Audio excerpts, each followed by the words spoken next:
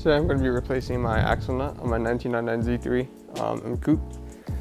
Now you can see this is a 36 mil 12-point socket, which is what we're going to need for this job. And it should look like this. And so what we're going to do is first you're going to open up the center cap, and you're going to find this, and these little indents, as you can see here and here, they're going to be stuck in there. They're going to be like slightly bent inwards, as you can see. And so what you want to do is just stick a flathead, just kind of like pry those up. And take your time, get it pried up, and because if you don't, then you can't get this nut off. So let's get that done. So as you can see, kind of got more unhitched, as you can see, maybe more circular. So that's what you want to go for. You want to just put this in here, and you just take a soft face hammer and kind of just like pound it in like that, kind of straighten it out automatically for you. So now what we're going to do is, I already loosened all these lug nuts, as you can see, with my breaker bar. So these are 17 mils for the Z3. So take the rubber jack point underneath here. I'm going to jack this up, get this wheel off, and then we're going to take off this lug, this axle nut. So let's get to it. So what I did here is, so I jacked up the car, put my jack stands where they belong. Underneath, I have a railing, you can see, that's a support point. And I put it underneath this control arm, this one. But, so basically what I did was to get this off, so just take off the wheel, and then put this on. And what you can do is just keep this from moving back and forth when you're trying to take this off, because the wheel will spin with it if you just do it regularly. You stick a screwdriver in between the caliper and one of these grooves in here, just like that.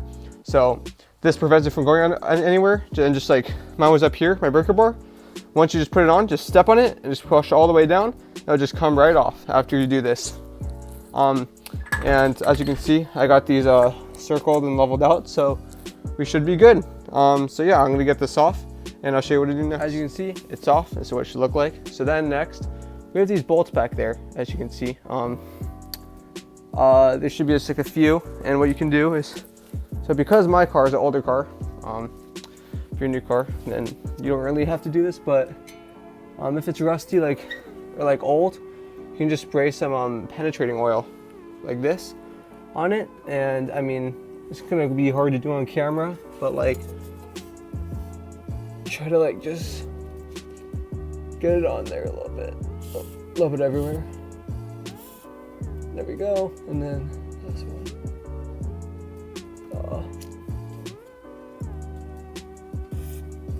Oh, there we go. Perfect. So got those taken care of. So yeah, we're gonna let that soak a little bit. You can move the screwdriver now if you really want to, and then yeah, you'll be good.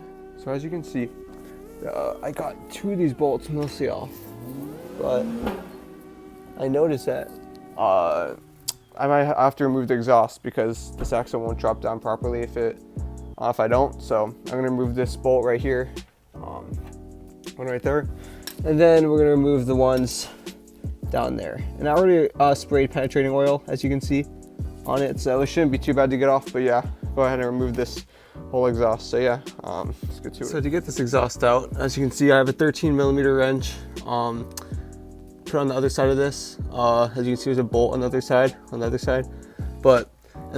is a 12mm right here. So take that over. So all we're gonna do is just basically untighten this by holding this wrench and in place, and then turning this. So or else these will both spin together and never come undone. So I already sprayed my oil on it, so time to get it off, and let's see how this goes. I'll keep you guys updated. With my friend Nolan, we just got this exhaust off.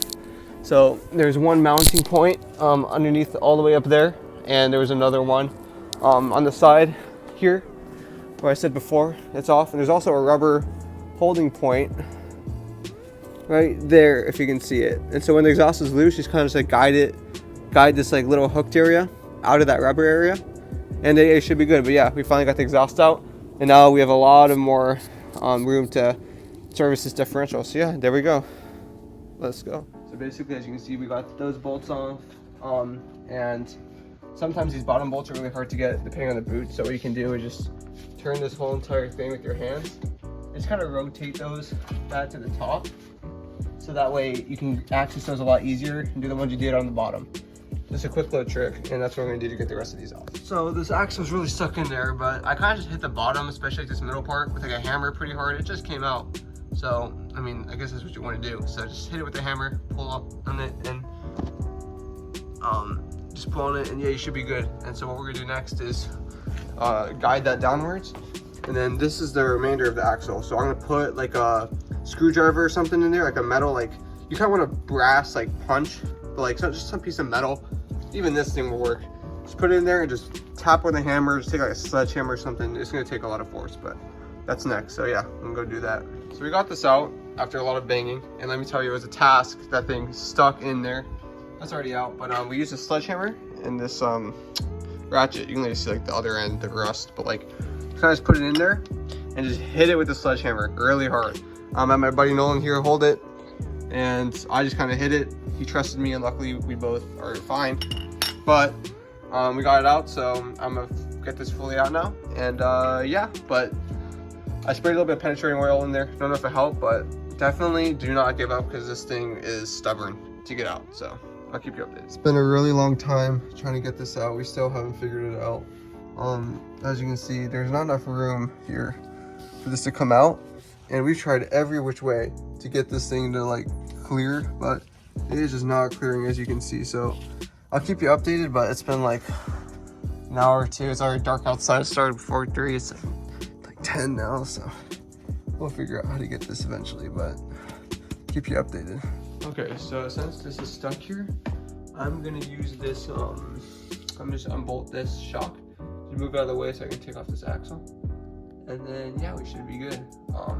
Right now I just have a jack stand holding up my current CV axle just in case, but yeah. I'm gonna do that and get back with you guys once I do that. So I've got the shock undone, and as you can see, just move it aside a little bit.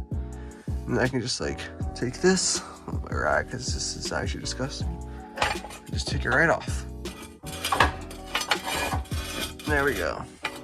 My jack stand's a little bit in the way right now, not gonna lie, but it's fully off. And now it's finally time for the new one. So I'm gonna guide that in and get everything redone up. So let's go. So I removed the shock, and everything came off. So that's how I installed the new axle. My old one's over there, and as you can see, torn. So yeah, time to go install the new one, and I'll update you guys on. We're currently using a blowtorch to get this metal expanded so that this can fit in. Because usually this should just slide right in, and you should want to clean all these splines on both. But for some reason, ours is just acting up and it's not going in. Like, it's really uncommon, but this happens to you. You either put that in the freezer or you kind of just heat this up. So I'm gonna like stay here honestly for like probably around 10 minutes and just try to get this expanded, because it worked pretty good when I did it for 6. So I'm gonna get this as hot as I can, and then yeah, I'll go out and so I'll let you guys know how it goes. But I've been at this for so long, so this better work. All right, well, get you soon. So it is officially in. So what we did was we heated this up for like 7.5 more minutes, because it's already hot, because we did 6 minutes prior, and then 7 more minutes, 7.5. So we got it mostly through, and what we did is barely enough for this thread to fit on our bolt. The nut, so we just eventually just started tying the nut, which pulled this through more. So that's what you're just gonna have to do. That happens to you, but that was really bad. And so we finally got this mounted up. I've only screwed in a couple, but take your E7 socket and just like screw those in more. Do all around like a star pattern, 1, 2, and then 3, 4, and then 5 and 6. And then you can like use your breaker bar, tighten it a little bit more. Don't tighten these like super bad, but like make sure they're good on there. But I'll get back to you when I finish this all up, but I'm definitely gonna tighten this more, because it should be sticking out a little bit. And the torque for this is 250 pounds, and the torque for that is 65, I'm pretty sure. But yeah, I'll get back to you as soon as that's done, but I'm just happy you finally got this in after hours of trying. Tighten up all of these up here, it's all good. So we finally have this axle in, and this is tightened as well. So since I removed the shock, all I have to do now is just kind of like push it over, push up a little bit, line up the bolts, plug that in, and just, you will kind of want to hand tighten it at first. Kind of find where it goes. You can stick it through, find the thread, and just kind of tighten it from there. There you go. And then after you finally hand tighten it, because if you don't hand tighten it, you can accidentally like thread it, which is what you don't want, as you can see. So we got that on, so make sure this is going the right way. Right, so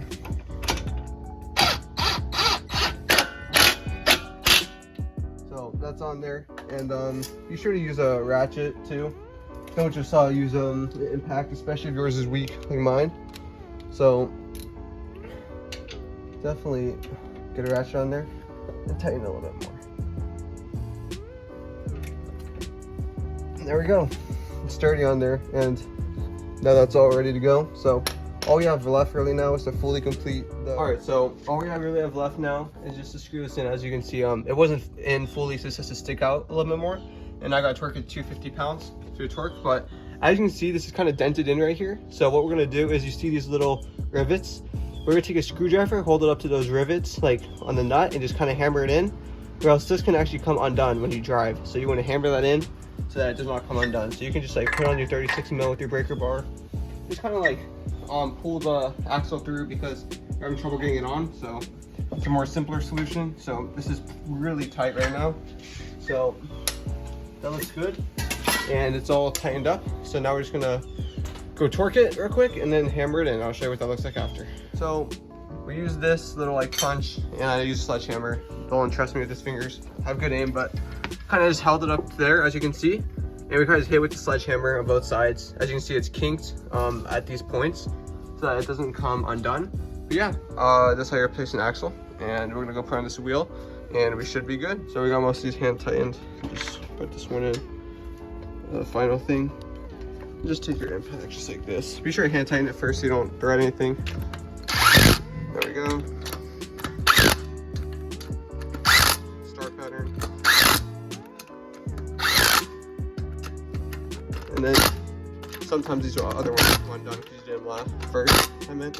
But yeah, you should be good after this. And my impact isn't that strong, obviously, so I'm gonna use a breaker bar and just torque it to whatever car spec your is. But this is how you do it. And thank you for watching. I'll lower it and I'll start it up. And we still have to put in the exhaust, obviously, but you just do the reverse steps. And I just want to enjoy the car for a second without the exhaust, so that's why I'm not doing it right now. I'll install it later. But yeah, I'll show you how this goes.